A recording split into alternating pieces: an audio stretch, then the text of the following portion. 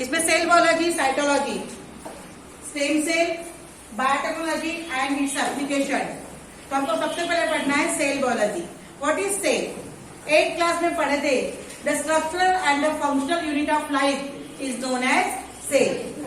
Cell is the structural and the functional unit of life, क्योंकि हमारी body कैसे बनी हुई है? सेल से। 9th क्लास में पढ़े थे cells, same type of cell unite to form a tissue. पढ़े थे ये? यहाँ दिख रहा है क्या? यहाँ पे दिख रहा है क्या? गीला गीला यहाँ दिख रहा है क्या? यस। देखो cell, cell unite to form tissue, tissue unite to form organ, organ unite to form organ system, और ऑर्गन सिस्टम से क्या बनती है? एक बॉडी। ये लास्ट में पढ़े थे। तो हमारे बॉडी का स्ट्रक्चरल एंड फंक्शनल यूनिट क्या है? सेल। चाहे जो भी हो, लिविंग की बॉडी कैसे बनी है? सेल से। सेल्स के लास्ट में हमने बहुत सारे प्रकार भी पढ़े थे, और अलग अलग सेल अलग अलग इसमें काम आती है। Cell, same type of cell, a group of same type of cell performing same type of function are known as tissue. एक जैसी सेल का समूह जो एक जैसे परफॉर्म फंक्शन करता है आर नोन एज टिश्यू। और ये same tissue are tissue unite to form organ, और ऑर्गन ऑर्गन मिलके क्या बनाते हैं? Organ system. और ऐसे ढेर सारे ऑर्गन सिस्टम बनके हमारा क्या बन जाती है? बॉडी। जैसे कि हमारे बॉडी में एक है रेस्पिरेटरी सिस्टम है। अब रेस्पिरेटरी सिस्टम में कितने ऑर्गन काम आते हैं तुमको मालूम है ना? नोज काम आएगा, फिर लंग्स का विंड पाइप काम आएगा, फिर लंग्स काम आएंगे। फिर हमारे बॉडी में आता है circulatory system, blood and blood vessels. पढ़े हो ये लास्ट ईयर का? ये ब्लड, जैसे हमने लंग्स में क्या आ गई है? ऑक्सीजन आ गई, इनहेल किया हमने, लंग्स में ऑक्सीजन आ गई, फिर वो डिफरेंट पार्ट में जाती है, और डिफरेंट पार्ट में जहां जहां CO2 रहता है उसको लेके वो वापस लंग्स में आती है। और एक्सहेल और इनहेल, इनहेल पढ़े हो ना? इनहेलेशन, सांस अंदर लेना यानी ऑक्सीजन अंदर लेना, इनहेलेशन। और एक्सहेलेशन यानी from different parts of the body carbon dioxide कहाँ निकलती? शरीर से बाहर, दैट इज एक्सहेलेशन। इनहेलेशन और एक्सहेलेशन की बन जाता है रेस्पिरेशन। अब उसमें कितने ऑर्गन काम आते हैं? अब नोज एक ऑर्गन हो गया, विंड पाइप एक ऑर्गन हो गया, लंग्स एक ऑर्गन हो गया। इन सबसे ये ऑर्गन मिलकर क्या बनाते हैं? Organ system. Circulatory system, lungs भी काम आएगा, हार्ट भी काम आएगा। वहां पे एओर्टा काम आता है, पल्मोनरी वेन, पल्मोनरी आर्टरी। फिर अपने वो हार्ट का बना के डायग्राम याद होगा, राइट साइड लेफ्ट साइड है ना? लेफ्ट साइड में क्या होता है? From different part of the blood आता है एक साइड में, फिर वो ऑरिकल से कहां पे आता है? वेंट्रिकल में आता है ब्लड, फिर वेंट्रिकल से कहा जाता है? लंग्स में, लंग्स में प्यूरिफाई होकर राइट ऑरिकल में जाएगा, और फिर वेंट्रिकल में आएगा, फिर डिफरेंट पार्ट्स में जाएगा। ये उसका सर्कुलेशन ऑफ ब्लड था, जिसमें क्या आती है? Circulatory system. फिर हमारा डाइजेस्टिव सिस्टम, मालूम है डाइजेस्टिव सिस्टम है ना? मुंह काम आएगा उसमें, दांत, टंग, एलिमेंट्री कैनल, फिर small intestine, stomach, small intestine, large intestine, और उसके अंदर जो ग्लैंड्स है वो भी सब काम आएगी। दैट इज हमारा क्या होगा? डाइजेस्टिव सिस्टम, ये ऑर्गन सिस्टम। और ऐसे ये ऑर्गन सिस्टम बनके बन जाता है एक बॉडी। तो हमारे बॉडी में जो वाइटल प्रोसेस होती है, वाइटल प्रोसेस, विभिन्न जैविक प्रक्रिया, हम बोले वो सजीव है, तो जो छोटे छोटे थे तब बोलते उसमें जान है करके वो सजीव है, जान है करके सजीव है क्या वो, और उसमें जान नहीं है करके वो निर्जीव है। ये समझने के लिए पहले था कि वो सजीव है क्योंकि उसको जीवित है, वो श्वसन क्रिया करता है, वो सांस अंदर लेता है, सांस बाहर डालता है, उससे वो सजीव है। पर सिंपल में भाषा में बोलते हैं कि उसमें जान है करके वो सजीव है, और उसमें जान नहीं है करके वो निर्जीव है, लिविंग और नॉन लिविंग। तो जिसमें ये रेस्पिरेटरी लाइफ प्रोसेस जिसमें पाई जाती है, living that possess the life process are known as living है। वो लिविंग क्यों नहीं? क्योंकि जिनमें क्या है? लाइफ प्रोसेस, इनको लाइफ प्रोसेस कहते हैं। ये जो digestive system, circulatory, digestive, nervous system brain आता है ना, तो ये सब को कहते हैं लाइफ प्रोसेस। अब व्हाट इज टिश्यू? टिश्यू भी अपन ने पढ़ लिया अभी। Cell unite to form tissue, same type of tissue performing same type of function.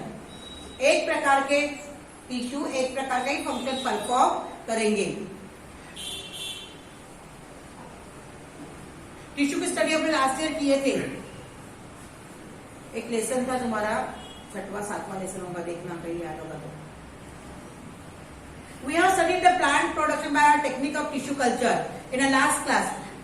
Tissue culture की कल्चर डाल के जैसे आर्टिफिशियल वे में बनाते हैं ना, तो उसमें उस पदार्थ का, जैसे आम है, आम अच्छा नहीं आ रहा है तो उस आम का कल्चर लेंगे और उसको कहाँ डालेंगे, दूसरे इसमें डालेंगे, उसको उस बोतल में ही टेक्निक के द्वारा उस बोतल में ही उसमें क्या करेंगे, उसको जीवित करेंगे कल्चर को। उसमें से जब वो ग्रो हो गया प्रॉपर तो दूसरे इस पर उसका प्रयोग करेंगे, उसको देखेंगे और फिर अगर नया प्लांट फिर प्रोड्यूस होगा। अब टिश्यू कल्चर की वेरियस प्रोसेस है। We have studied the plant production by technique of tissue culture in the last class. Stem cell are used for that purpose. Stem cell, हमारे बॉडी में stem cell होती है। Whether such stem cell are present in animals, animals में भी stem cell पाई जाती है क्या, ये पढ़ना है अपने को। तो what is cytology? Stem cell क्या होती है? जब अर्ली ग्रोथ होती है अपनी बॉडी की, जब अर्ली ग्रोथ होती है वूम्ब ऑफ मदर, तो फर्स्ट थर्ड मंथ तीसरे महीने तक हमारे शरीर में बॉडी का एक मांस का गोला ही होता है, और उसके बाद 15 दिन के बाद वो मांस का गोला ही रहता है, तो पूरी स्टेम सेल रहती है। बाद में हमारे शरीर के पार्ट्स बनते हैं ऊंट में, माँ के ऊंट में उसके क्या बन जाते हैं, पार्ट्स बॉडी के बनते हैं। तो अलग अलग वो स्टेम सेल से ही बनते हैं and according to function they perform different types of function. हाथ के फंक्शन क्या है, तो वो स्टेम सेल क्या करेंगे, हाथ के फंक्शन करेंगे, पैर के फंक्शन, आंख के फंक्शन, ब्रेन के फंक्शन। तो ओरिजिनल हमारी बॉडी में जो एक बॉडी रहती है वो क्या कहलाती है, स्टेम सेल। और स्टेम सेल जब अपनी ग्रोथ होती है अंदर ही अंदर, तो वो अलग अलग पार्ट्स में जाती है, according to function of that part वो वर्कआउट करती है। We have studied the structure of type of organelles in the of the cell. Cell organelles पढ़े थे 8th क्लास में, याद होगा। Cytoplasm, mitochondria, Golgi complex, endoplasmic reticulum, सब याद होगा कुछ तो भी।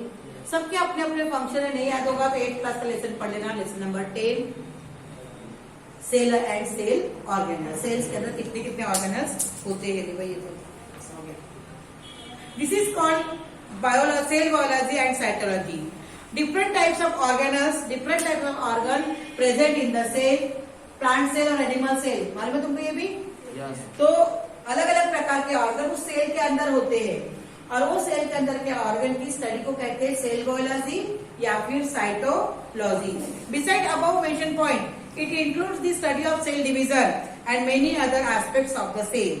There are revolutionary change in the field of human health due to cell biology. Human health में बहुत चेंजेस आ गए, डेवलपमेंट हो गया, जेनेटिक साइंस आता है, मतलब तुमको BSc in biology, BSc in maths लोग करते थे, फिर सेल बायोलॉजी में करने लगे, माइक्रोबायोलॉजी में करने लगे, और तो अभी इसमें भी करते हैं, जेनेटिक्स में करते हैं, साइटोलॉजी में करते हैं, सेल बायोलॉजी में करते हैं, और सेल डिविजन उसमें आता है। रिवर्सल चेंज आ गया है। Research institute specially dedicate for the research on cell are established at Pune and Bangalore. National Center for Cell Science, यहाँ पे उसका साइट दिया हुआ है, at Pune and INSTEL at Bangalore are involved in valuable research. Stem science पर या cell biology का research वहाँ होता है, बड़े बड़े लोग वहाँ रिसर्च करते हैं, तुम्हारे जैसे बच्चे भी करते हैं। 10th के बाद, सॉरी 12th के बाद एक एग्जाम होती है, तुम लोग जब जाओगे, मुझे उसका नाम नहीं आ रहा है, उस एग्जाम में अगर तुमने क्रैक कर लिए, पूरे इंडिया के बच्चे वहां देते, जब 12th रहते हो तब वो पेपर होता है, और उसमें अगर तुम पास हो गए तुमको अच्छे अच्छे कॉलेजों में एडमिशन मिलता है, और तुमको क्या मिलती है, इस पे स्कॉलरशिप मिलती है। या तुमको नहीं पढ़ना है, ये मेडिकल साइंस इंजीनियरिंग में नहीं जाना है, तो रिसर्च में भी जा सकते हो। ये 2 ही कॉलेज है, बेंगलोर का और पुणे का। उसको क्या तो उसका नाम है, तो यहाँ पे वॉल्यूबल रिसर्च लोग करते हैं। फिर दवाइयाँ, जब अभी जब देखो कोरोना की दवाई पर सब लोग रिसर्च कर रहे हैं ना। अपने इंडिया की जो सीरम कंपनी है वो कह रही ना, मुझे मेरे पास आया है, उनके पास कुछ तो भी है करके सीरम, जहाँ पे नरेंद्र मोदी भी गया था, याद है? मेडिकल कंपनी हो, वहां पे रिसर्च हो रहा है। ये M.Pharm B.Pharm जो लोग करते हैं, फार्मेसी कोर्स जो करते हैं, वो वहां पे रिसर्च कर रहे हैं कि इस पर कौन सी दवाई काम कर सकती है। कई कंपनियां कहती, फाइजर कंपनी जो फॉरेन की, वो कहती है मैंने दवाई आ गई ना, इंजेक्शन तो आ गया, पर वो कितना कैलिबर है, कितनी उसकी कैपेसिटी है, या रोग निवारक कर सकती है, या भी किसी को मालूम नहीं है। तो ये सब में रिसर्च लोग करते हैं, रिसर्च। तो पुणे में इंस्टेम नाम का, और तुम लोग यहाँ इसको देखो, ये डाउनलोड करके तुम उसके बारे में जानकारी हासिल कर सकते हो, है यहाँ साइट दी हुई है। Visit both the website mention about with the help of your teacher, try to understand research undergoing in those institute. उसको तुम, अभी तो तुम्हारे पास मोबाइल रहता ही है, अब मोबाइल मांगना नहीं पड़ता, तो वहां उसको तुम लोग क्लिक करके देख सकते हो कि वहां पे क्या क्या होता है। Stem cell, what is stem cell? These are special type of cell present in the body of multicellular organism. Unicellular में नहीं होती है, जो लोअर एनिमल्स है जैसे प्रोटोजोन, फाइलम प्रोटोजोन, मालूम है ना, फाइलम प्रोटोजुआ, अमीबा, पैरामोशियम, इसमें ये नहीं होती है। पर उससे जो भी अपर है मल्टीसेलुलर एनिमल्स में ये स्टेम सेल पाई जाती है। These cells give rise to all other type of cell present in the body of multicellular organism. और इनका काम क्या है, बाकी सेल्स को क्या करना है कि ग्रोथ में ये मदद करते हैं। Similarly these cells play an important role in the wound healing. Wound healing जब हो जाता है, कहीं गिर पड़ जाते हैं या बहुत ज्यादा ब्लड बॉडी से चला जाता है, तो उसको हील करने में, जैसे ये हम कहीं गिर पड़ जाते, लग जाता है, मार लगा, यहाँ पे लगा, घुटने में लगा या और कहीं लगा, तो धीरे धीरे घाव भर जाता है। वाउंड यानी घाव, हीलिंग यानी भरना। हीलिंग यानी जैसे घाव कुछ समय बाद भर जाता है ना, आज लगा है तो आज बहुत दुख रहा है, 4 दिन बाद वो अच्छा हो जाता है अच्छा, उसे कहते हैं healing. We have studied the stem cell of plants in the previous class, now we shall study the stem cell in animals. अब ह्यूमन बीइंग में स्टेम सेल का क्या मतलब है? New organism is form from the zygote that is form by the union of male and female gamete. ये last से पढ़ते, by the union of male and female gamete zygote is form at the earliest stage of development. Organ is in the form of mass of cell. जब zygote form होता है by the union of male and female gamete से, यहाँ पे zygote form होगा। तो zygote जब form होता है वहां न्यू बॉर्न यानी नया प्लांट, नया एनिमल्स फॉर्म होता है उससे। तो पहले में यहाँ पे पूरा ऐसा ये एक रहती है स्टेम सेल, ये मास ऑफ सेल यहाँ पे रहती है। इसके बाद मोबाइल है, organism is in the form of mass of cells. All the cells in that mass are almost alive. और जब स्टार्टिंग में ये प्रोड्यूस होता है यहाँ पे जाइगोट में, जाइगोट क्या बना रहता है? मास ऑफ सेल पूरा। और ये पूरे मास ऑफ सेल जितनी यहाँ पे रहती है अर्लियर फेज में, अर्लियर फेज समझता है ना, स्टार्टिंग में, तो ये पूरी अलाइक होती है। अलाइक कहने, अलाइक सेल, ये पूरी सेल कैसी होती है? सेम होती है, एक जैसी होती है। दो cell are called as stem cell. Stem cell क्या है? स्टेम सेल जो अर्लियर फेज में जाइगोट में पाई जाती है, it is a mass of cell performing same type of function and are alike. Earlier stage में वो क्या रहती है? एक जैसी रहती है। देखो वहां लिखा है बुक में, at the earlier stage of development organism is in the form of mass of cell. All the cells in that mass are almost alike. Those cells are called stem cell. हमको क्या लिखना है? New organism can be formed from the zygote. अब zygote कैसे बनता है? By the union of male and female gamete. By the union of male and female gamete, zygote is formed. और zygote में क्या रहती है? Stem cell. It is a mass of cell.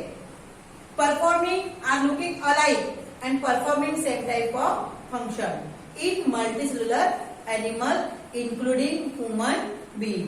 समझ में आ गया? हमारे में भी होती है ये, हमको ह्यूमन बीइंग का ही पढ़ना है। During further development, these cells form any type of cell, different types of tissue and perform different type function in the body. जैसे जैसे डेवलपमेंट होता है, first month, second month, third month, up to 9th month, जब पूरी body develop हो जाती है, तो हमारी बॉडी जैसे डेवलप होगी तो उसमें शरीर के पूरे ऑर्गन बन जाएंगे। According to function of that organ, can perform different types of function. समझ में आ गया? जब पूरी बॉडी डेवलप हो जाएगी, हाथ, पैर, नाक, कान, स्टमक, सबके अलग अलग फंक्शन होते हैं और अकॉर्डिंग टू फंक्शन वो स्टेम सेल से नई नई सेल्स, क्या सेल से क्या परफॉर्म बनेगा? टिश्यू बनेगा, टिश्यू, और वो अलग अलग प्रकार के फंक्शन परफॉर्म करेंगे। This is the differentiation of the stem cell. However, once the tissue are formed, the cell in those tissue at the most can form same type of cell. This is the case in each part of the body. Stem cell are present for longer duration in some parts of the body. ये stem cell हमारे body में बहुत समय तक रहती है। Stem cell are present in the umbilical cord by which the fetus is joined to the uterus of the mother. Umbilical cord, हमारे body में umbilical cord होती है माँ और बेटे के बीच में, तो उसके द्वारा स्टेम सेल फीटस और यूटेरस ऑफ द मदर के बीच में वो रहता है। इससे जो मदर खाती है वो बच्चे को उसका पोषण पूरा हो जाता है because of stem cell. Stem cell are also present in the blastocyst stage of embryonic development. Stem cell are present in the red bone marrow and adipose connective tissue of adult human being. Red bone marrow होता है white हमारे body में, bone marrow में पाई जाती है और adipose connective tissue में भी ये पाई जाती है। ये टिश्यू लास्ट ईयर का, एडिपोज टिश्यू, कनेक्टिव टिश्यू का सब लास्ट ईयर का हुआ। It has become possible to produce different types of tissue and the degenerate part of any organ with the help of this stem cell. इसका बहुत उपयोग है, degenerate भी कर सकते हैं। अभी आज के इसमें स्टेम की साइंस डेवलप हो गया है, बहुत ज्यादा टेक्नोलॉजी डेवलप हो गई है, तो नए नए प्रकार से उसको स्टेम सेल को स्टेन करना बोलते ना, स्टेन करना बोलते, स्टेन डाला क्या उसके इसमें, तो स्टेम सेल ही डाला जाता है। वो टेक्निक होती है डॉक्टरों के पास, उसके हिसाब से करते हैं। अब स्टेम सेल को प्रिजर्व भी किया जाता है। प्रिजर्व किस प्रकार प्रिजर्व करते हैं उसको? For the purpose of preservation stem cell samples are carefully collect from the source like cord blood, red bone marrow और एम्ब्रियो। कहां से निकालते हैं स्टेम सेल?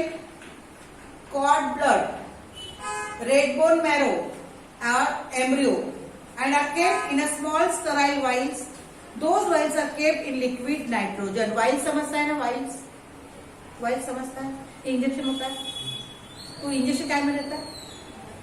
वो छोटी सी बॉटल होती है, देखे ऐसे कांच की होती है, वो उसे बोलते वाइल, उसे वाइल बोलते हैं। उसके अंदर उसपे वो जमा करके रखते हैं और इसको क्या करते हैं? लिक्विड नाइट्रोजन में -135 डिग्री सेंटीग्रेड टू 190 में उसको स्टोर किया जाता है ताकि नेक्स्ट टाइम वो काम आती है। जैसे grafting plant in the organ transplantation possible in humans, और ऑर्गन ट्रांसप्लांटेशन जब होता है तब स्टेम सेल काम आती है। ऑर्गन ट्रांसप्लांट समझता है ना? जब किडनी ट्रांसप्लांट होती है तो उस प्रकार से जब कोई भी बॉडी का ऑर्गन वर्कआउट नहीं करता तो उसको ट्रांसप्लांट किया जाता है लास्ट स्टेज में। पहले नहीं करते, बाद में करते, उस समय ये स्टेज जैसे काम आती है। ग्राफ्टिंग इन प्लांट, ग्राफ्टिंग समझता है प्लांट में? ये बड़ी बड़ी मार्केट में बेर आई है, देखी होगी तुमने? अभी देख रही है बहुत ऐसी मोटी मोटी बेर। इतनी मोटी बेर अपने नॉर्मल बेर में मिलती है क्या? नहीं। तो ये नॉर्मल पेड़ जो होता है किसका? बेर का या कोई भी प्लांट का हो गया, तो उसको तोड़ते यानी उसको इस प्रकार से यूज कर देते हैं। इस प्रकार से ये ऐसा रहता है, ये ऐसा, समझ में आ गया? अरे यहाँ से ऐसा कट रहता है, इधर से ऐसा कट रहता है। और वो प्लांट का भी जो बड़ा प्लांट होता है ना, जैसे बेर का प्लांट है, उसको भी ऐसे ही काटेंगे, समझ में आ गया? और ये दूसरे प्लांट का इस प्रकार से जो ज्यादा अच्छा है उसको वहां पे फिक्स कर देंगे, फिर उसको या तो धागे से बांधेंगे या प्लास्टिक से कवर कर देंगे। कुछ समय बाद इसमें से नए प्लांट्स आते, नया क्या आता है? लीफ आती है। वो क्या ग्राफ्टिंग गुलाब में करते ना, तो गुलाब में करते ना, वैसा खाने के बेर में भी करते। उसी प्रकार से बेर, जैसे खट्टी बेर है तो उसको मीठी बनाना है, तो इस प्रकार से किया जाता है। Stem cell research in biotechnology. Stem cell research is a revolutionary event after cloning. Cloning जानते हो? क्या बोलते हैं क्लोनिंग को? उसके जैसा। हाँ, क्लोनिंग बनाया था ना बीच में, अपने जैसा ही, अपने जैसा नहीं, जैसे वो उसका बनाए थे, क्या का क्लोन बनाया था ना रे, साइंटिस्ट लोगों ने। वो भेड़ होती ना, भेड़ जानते हो, जिससे ऊन मिलता है, उसका क्लोन बनाए थे उन लोगों ने। क्लास 8 क्लास में या 7 का तो कहते था। This techniques has been potential and bringing about a fundamental change in the medical science. Cloning वाला जो था ये टेक्निक जो है स्टेम सेल वाली, मेडिकल साइंस में बहुत ज्यादा ये फंडामेंटल चेंज ला रही है। Depending upon the source, stem cell are of 2 types, embryonic stem cell and adult stem cell. यानी सोर्स के हिसाब से स्टेम सेल 2 प्रकार की है। तो स्टेम सेल के प्रकार, यहाँ पे स्टेम सेल आएगा अगर लिख के ऐसा, तुमको उसको 2 टाइप दे दिया है, तो एम्ब्रियोनिक लिखो और एडल्ट स्टेम सेल। जैसे यहाँ पे आ गया stem cell types of stem cell types आ गया स्टेम सेल, तो ऐसा आ गया, समझ में आ गया। तो एम्ब्रियोनिक और एडल्ट स्टेम सेल। तो एम्ब्रियोनिक स्टेम सेल क्या है? हो गया क्या? 5 मिनट में पढ़ा देती हूँ। एम्ब्रियोनिक स्टेम सेल क्या है? Division of zygote starts and thereby it is converted into embryo. ये जायगोट का डिवीजन होता है और काय में कन्वर्ट होता है वो एम्ब्रियो में। Cell of embryo undergo repeated mitotic cell division. और एम्ब्रियो की जो ये सेल जो बताया मैंने, mass of cell, zygote division होगा, इसका भी क्या हो जाएगा, काय में कन्वर्ट हो जाएगा। Cell of embryo undergoes repeated mitotic division. Mitosis और मियोसिस तुमने पढ़े हो सेकंड नंबर लेसन नंबर 2 में। Cell differentiation starts from 14 days of constitution. जब वो जायगोट का फॉर्म होता है तो 14 दिन बाद सेल डिफरेंशिएशन यानी अलग अलग होना ये स्टार्ट होता है। Cells of different organ like osteocyte bone cell, hepatocyte liver cell and neurons are form due to differentiation. Embryo में 14 दिन बाद जब एम्ब्रियो में सेल जायगोट में आ गया, जायगोट का सेल डिवीजन हो गया, एम्ब्रियो फॉर्म हो गया, समझ में आ गया। जब एम्ब्रियो में सेल आती है तो 14 दिन बाद उसका डिफरेंशिएशन होता है। पहले तो पूरी मास ऑफ सेल है, सभी स्टेम सेल है, एक जैसी है, पर जब 14 दिन बाद एम्ब्रियो की ग्रोथ होती है तब ये जो सेल्स है एक काय में डिवाइड होती है, काय में बोन सेल, लीवर सेल और neurons. Neurons brain, liver cell और बोन सेल में। Embryonic cell before differentiation are called embryonic stem cell. अब ये जायगोट का सेल डिवीजन हो गया, काय में कन्वर्ट हो गया एम्ब्रियो में। तो एम्ब्रियो में जब सेल रहती है उसे कहते हैं एम्ब्रियोनिक स्टेम सेल। तो एम्ब्रियोनिक स्टेम सेल डिफरेंशिएशन के पहले 220 different types of cell in human body are formed from the single type of cell। ये जो जायगोट में या एम्ब्रियो में जो सेल है एक ही प्रकार की, वो अलाइक हमने पहले ही बोले, उससे 220 प्रकार की अलग अलग सेल फॉर्म हो सकती है, काय में ह्यूमन बीइंग में होती है। That is embryonic stem cell. The stem cell are primary type of undifferentiated cells with self multiplying ability and they are parent cell of the all type of human cell। अब ये zygote में जो मास of cell है यानी embryonic cell है, differentiation के पहले 220 प्रकार की वो बनती है और पूरे अपने बॉडी के अंदर मैडम पूरे बॉडी के अंदर वो क्या होती है, डिफरेंशिएट हो जाती है। हाथ की स्टेम सेल अलग काम करेगी, यहाँ की अलग काम करेगी, पैर की अलग करेगी ना, और बॉडी ऑर्गन जितने उतने में अलग अलग काम करेंगे, है ना। तो उन सबकी पैरेंट सेल कौन कहलाएगी? एम्ब्रियोनिक स्टेज में पाई जाने वाली स्टेम सेल यानी डिफरेंशिएट के पहले वाली। समझ में आ गया? This property of stem cell is called as pluripotency. It has been found that if this stem cell are collected well before the beginning of differentiation on 14 days and during 5 to 7 days and cultured with the certain biochemical stimulus in a laboratory, as per the stimulus they can transform themselves into desired type of cell, thereby tissue and finally into organs। अब वो कहते हैं ऐसे, हमने कहा कि 14 दिन बाद वो डिफरेंशिएट होता है, परंतु एम्ब्रियो सेल में वो 5वें और 7वें दिन में हमने वहां से स्टेम सेल निकाल लिया और कुछ टेक्निक के द्वारा लेबोरेटरी में उसको अलग अलग प्रकार से उसका यूज करते हैं स्टिमुलस के द्वारा, तो वो अपने क्या करेगी, जो टाइप अपने को चाहिए डिजायर टाइप ऑफ सेल में वो डिवाइड क्या हो जाएगी, डिवाइड होगी और उससे हम ऑर्गन फॉर्म कर सकते हैं। ये टेक्नोलॉजी डेवलप हो रही है। जेनेटिक साइंस या जेनेटिक इंजीनियरिंग आता है, देखना 10th क्लास में हो तो बाहर का कोई चीज दिखा करो, है ना। तो वो टेक्नोलॉजी में तुम कुछ आगे बढ़ सकते हो। हमारे यहाँ एक लड़का पढ़ता था, 10th क्लास में था, बहुत कम परसेंट आए थे उसके, बंद कर